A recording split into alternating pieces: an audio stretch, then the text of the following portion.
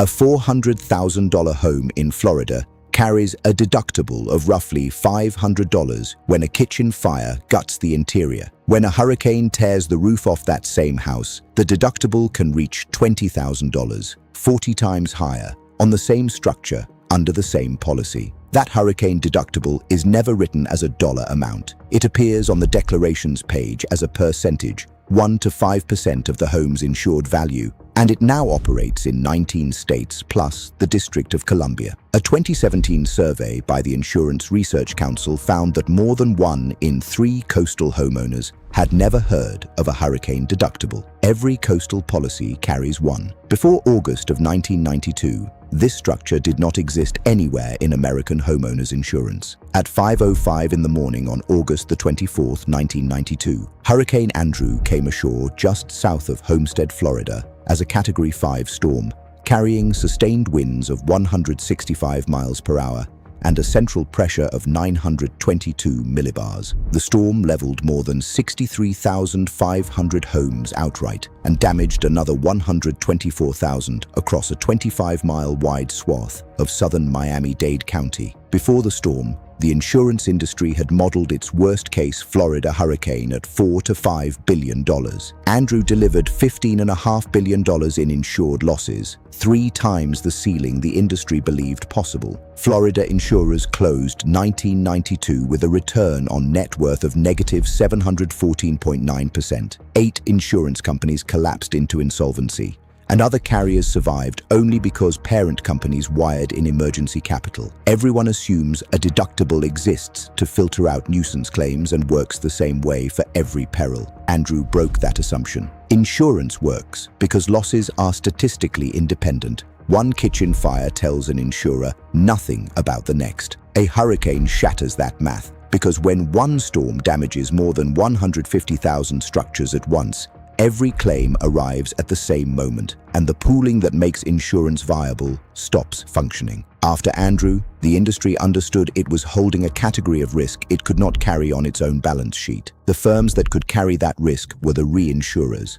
the companies that insure the insurance companies. What the reinsurers demanded next is the reason the percentage deductible exists. The reinsurers refused to keep absorbing coastal wind risk at the scale Andrew had just revealed. Their condition, laid out in the Insurance Information Institute's own account, was direct: cut maximum potential losses by requiring policyholders to shoulder a greater share of each hurricane claim and ask state regulators for permission to do it. Florida moved first. Governor Lawton Chiles called a special legislative session in May of 1993 and froze insurer cancellations. A second special session that November created the Florida Hurricane Catastrophe Fund, written into law as Section 215.555 of the Florida statutes, after clearing the state Senate 27-10. Alongside those measures, Florida's insurance regulators approved deductibles stated as a percentage of dwelling coverage. Coastal states beyond Florida adopted the structure in the years after Andrew,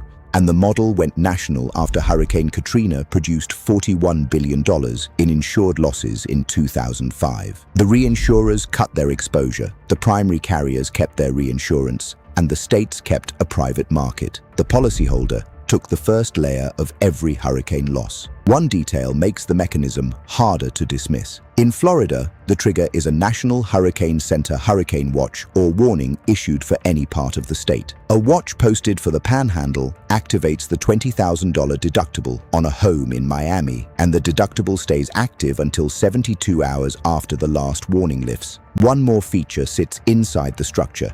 The percentage adjusts upward as the home's insured value climbs. A home insured for $200,000 at 5% carried a $10,000 exposure. Insure the same home for $400,000 today, and the exposure doubles to $20,000. The deductible grew because the home's value did. A variant is now spreading, the named storm deductible, which triggers on any named tropical storm rather than only a declared hurricane, and applies the percentage deductible at a lower meteorological threshold. A June 2025 survey by Guardian Service found that 68% of homeowners do not know what a named storm deductible is. October of 2024 brought Hurricane Milton more than 385,000 claims and roughly $5.6 billion in insured losses in Florida. The percentage deductible absorbed the first layer of every one of those claims, exactly as designed in 1993.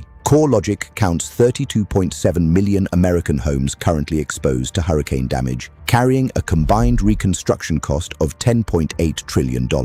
Moody's projects that a repeat of Andrew under today's coastal exposure would produce $80 to $100 billion in insured losses. Under the current structure, the first $8 to $10 billion of that comes out of policyholders' pockets before a single insurance dollar is paid.